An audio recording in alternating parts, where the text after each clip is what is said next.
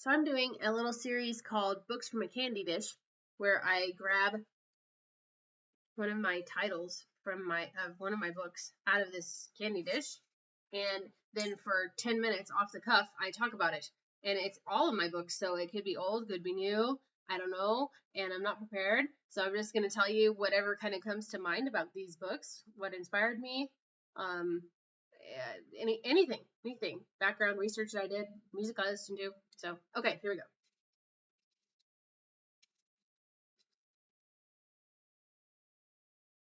What is it?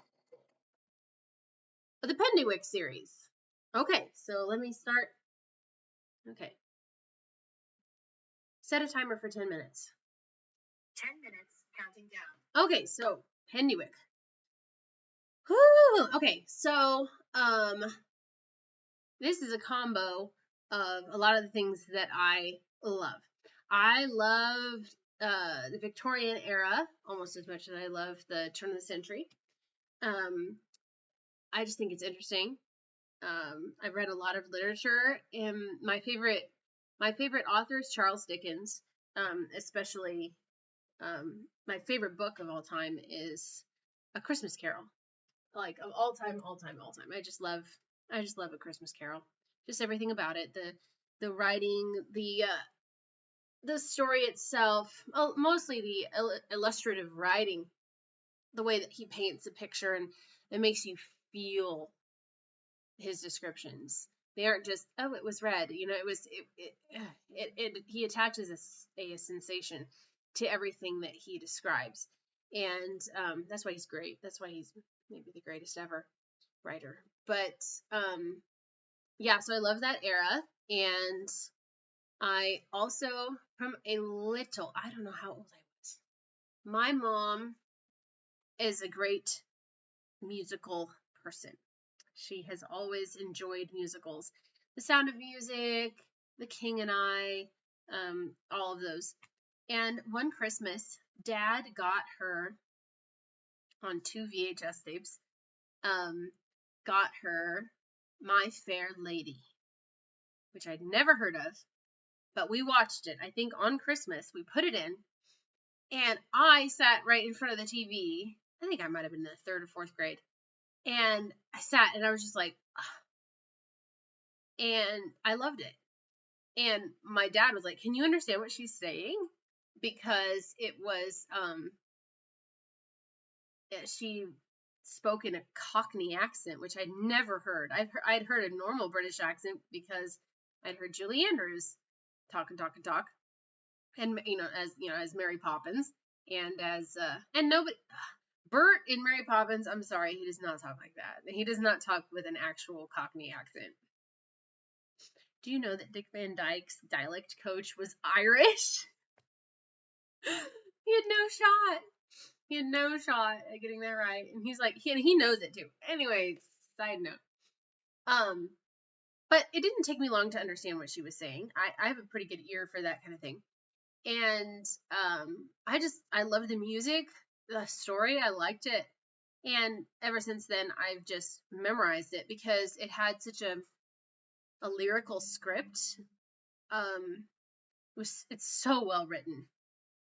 And then later, when I was a senior in high school, I was cast as Mrs. Higgins, so Henry Higgins' mom, in the musical when we did it at school. I actually won an award for that part. And then later, when I was in college, I got to play Eliza, finally. And I love the music. I love singing that music. And the movie is exactly like the stage version, so I had it already memorized. It was easy and fun. And I just love this concept of a language expert giving the keys to the kingdom, basically, to somebody who just needed, the power of language. It's just cool to me, like how it can transform a person. And so I wanted to have that element in this story, like a language expert who could give the power of speech in some way to this girl. But of course, it's a mystery. So again, like I said before, you start with the crime. If you're writing a mystery, you start with the crime, and then you work your way, with your protagonists, work towards what they're trying to find out, which is the crime that you already know about.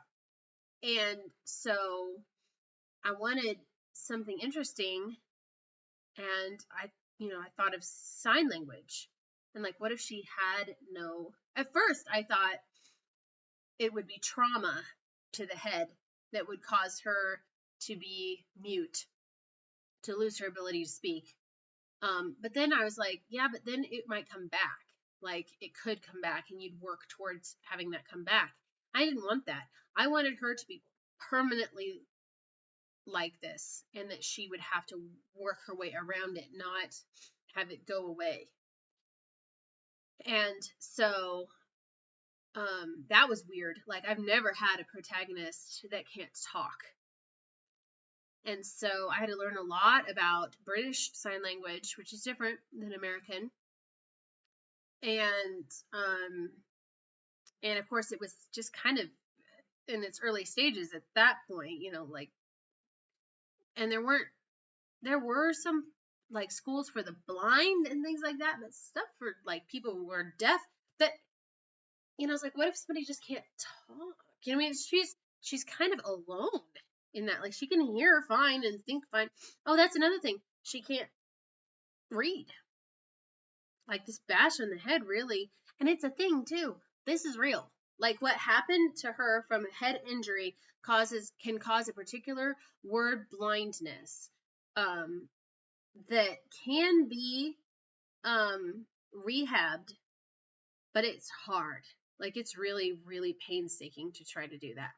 So that is a real thing that I figured out that she has, that happened to her. And of course, you have to make Basil, the main guy, very eccentric and crabby, but very smart and not bad, just bachelory. He likes his own stuff in his own space. And she has had a much harder life, but she's still kind of got the qualities of a fine lady in her. And of course, if you're going to put it in this time period, I cannot resist having Sherlock Holmes and Watson in there in Mycroft, because it's just too cool. Like, it's just too cool. Why not run into them? And if you'll check and see, I put a lot other people in there too. There's other people. There's the Artful Dodger, Bill Sikes. Who else is in there? Dorian Gray, I think, makes a little appearance. And of course, that Queen Victoria even. So that's very fun. That's fun to just have kind of like other Victorian characters just kind of in and out there to make the world complete. Like, yes, you're living in a Dickensian, Doyle-ish universe. So, what? On. No, you can sit down. It's okay. So that was really the main thing. And also I love Victorian Christmas time. So I had to have one take place at Christmas, because there's nothing sweeter than a good old-fashioned type of Christmas. And ultimately, it's a love story. So if it's a love story, you got to throw something in there that's bad, some other person. And Maria, I think it's Maria. What's that her name? I can't remember. I think it's Maria. That other gal who shows up, who likes Basil, she was inspired a lot by Mrs. Elton in Emma. Just this talking person. But she's smarter than Mrs. Elton. So in that way, she's a little bit more like Fanny from Sense and Sensibility. She's more like a cunning, heartless, harpy kind of person. the kind of woman that for some reason men are attracted to, and then other women are like, I'm going to kill you. She has no girlfriends because the women are onto her, but for some reason the men find her charming. So that's always an interesting character to write. And the villain, the relationship with the villain is very complicated also, because he was mentor to both Basil and Victoria, and that gets thorny when you're going up against somebody that you actually loved at one point and who you realize was just using you and wants to kill you. That's tough. Makes life hard. So yeah, that was a really fun series to write, and it spawned Mr. Tip. So there's the 5 books of the main series, and then there's also the Pennywick pair, which is like extra stories. Ooh, yeah, like one night in one of those they run into Dr. Jekyll. So that's like a Halloween one.